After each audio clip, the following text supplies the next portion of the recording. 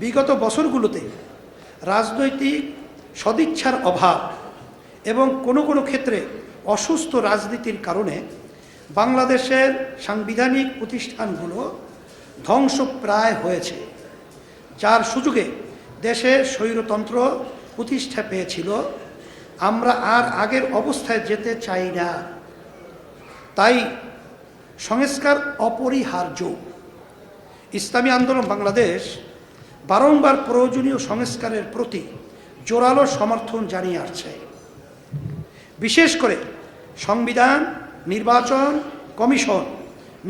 Commission, জনপ্রশাসন, police, দুদক ও বিচার বিভাগের সংস্কার জরুরি হয়ে দাঁড়িয়েছে। এসব ক্ষেত্রে প্রয়োজনীয় সংস্কার না হলে আগের তিমিরে ফেরত যাওয়ার আশঙ্কা থেকে যাবে। তাই এসব ক্ষেত্রে সংস্কার হতেই হবে। নির্বাচন ব্যবস্থা সংস্কারের ক্ষেত্রে আমরা বিশ্বের 90টিরও বেশি দেশে অনুসৃত সাংখ্যানুপাতিক পদ্ধতি পিআর নির্বাচন পদ্ধতি দাবি করেছি।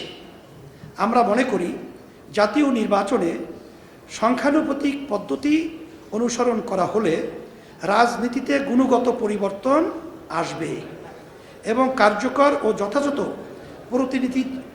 প্রতিনিধিত্বশীল পার্লামেন্ট গঠিত হবে।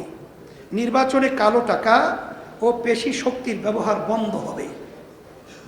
ইসলামী আন্দোলন বাংলাদেশ নির্বাচনহীন পরিস্থিতি দীর্ঘ হোক তা চায় না, বরঞ্চ নির্বাচনকে সুষ্ঠু, অবাধ করতে এবং নির্বাচনে সকলের জন্য সমান সুযোগ নিশ্চিত করতে প্রয়োজনীয় ব্যবস্থা ও সংস্কার করে দ্রুত নির্বাচনের আহ্বান জানায়।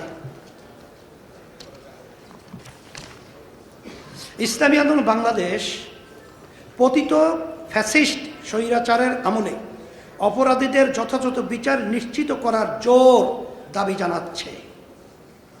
কারণ তাদের বিচার না হলে মানুষের রক্তের দায় জাতিকে প্রজন্ম থেকে প্রজন্ম তারা করবে।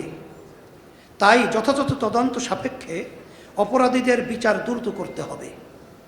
ইসলামী আন্দোলন বাংলাদেশ একটি সুখী সমৃদ্ধ বাংলাদেশ নির্মাণ করার চেষ্টা করছে, যেখানে দারিদ্র্য, বেকারত্ব ও দুর্নীতি থাকবে না, যেখানে মানবাধিকার সুরক্ষিত হবে, পরমত সহিষ্ণুতা ও ধর্মীয় সহ অবস্থান নিশ্চিত হবে, নাগরিকের স্বাস্থ্য, শিক্ষাসহ মৌলিক অধিকারকে প্রাধান্য দিয়ে ব্যবসা ও পরিবেশ বান্ধব বাংলাদেশ নির্মাণই আমাদের রাজনৈতিক প্রচেষ্টার কেন্দ্র। আজকে কথার দীর্ঘ করব না। ইসলামী আন্দোলন বাংলাদেশের আহ্বানে আজকের ইফতার মাহফিলে আপনাদের উপস্থিতির জন্য আবারও কৃতজ্ঞতা প্রকাশ করছি।